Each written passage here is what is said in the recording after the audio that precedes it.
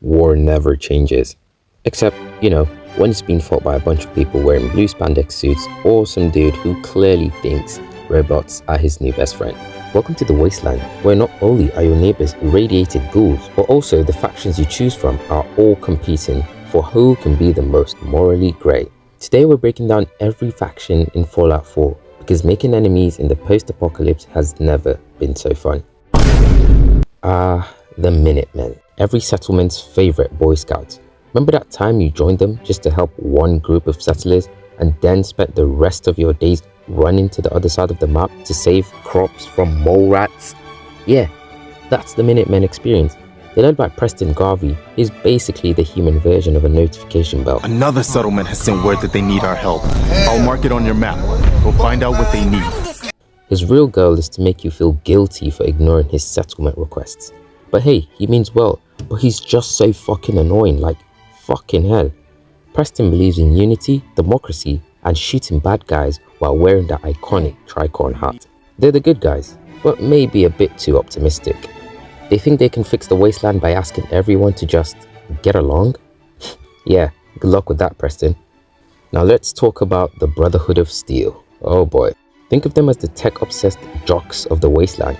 You know, the ones who say, no one else should have cool toys, so we'll take all the toys for ourselves. And by toys, I mean deadly pre-war technology. They're led by Elder Arthur Maxson, what a fucking cool name, who somehow looks like he's 20, but commands an army of people who would probably listen to him if he told them to floss more often. Maxson's the youngest elder in Brotherhood history, and is all about keeping humanity safe from itself, of course. Which is noble, sure, but also kind of controlling. The Brotherhood wants to gather all the technology in the Commonwealth and hoard it, like that one friend who never shares their snacks. Yeah, I'm talking to you, Jimmy. Fuck you, give me your Skittles. They'll destroy anything or anyone they see as a threat, especially if it says a synth. You can't spell Brotherhood of Steel without hoarding a superiority complex after all. Now we get to the Institute.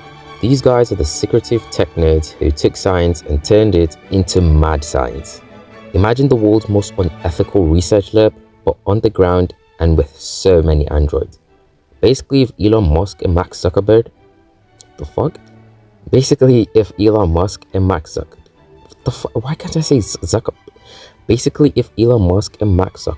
Basically, if Elon Musk and Mark Zuckerberg had a baby. Weird, I know, but also kind of hot, don't you think? Like, imagine. Goddamn.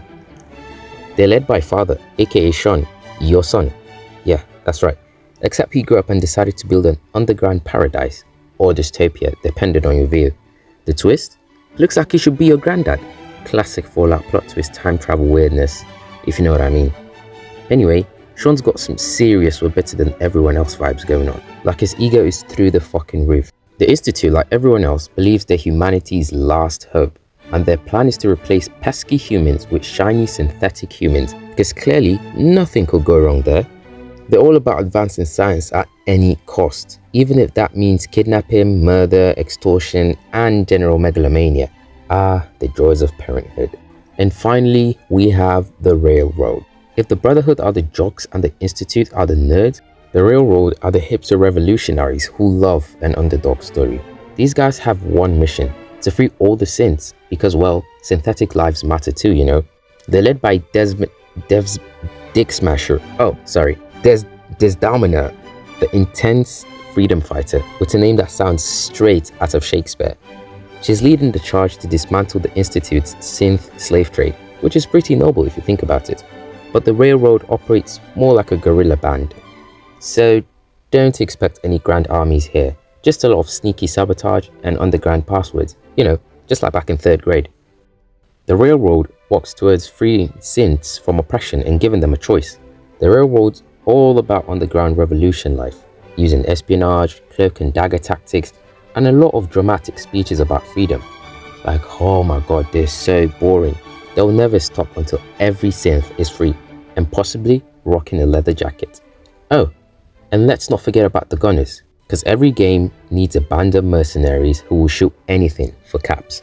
These guys are basically the Commonwealth's answer to, what if Raiders had a LinkedIn profile, or a dying YouTube channel, like mine? You should subscribe.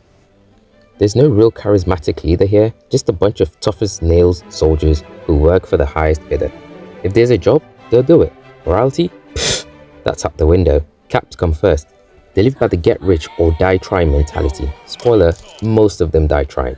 They're like the Sigmas of the Wasteland. So which faction do you choose in Fallout 4?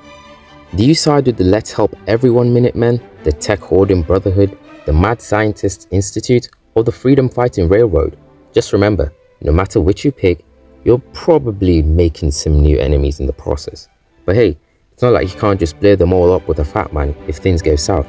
It's Fallout after all.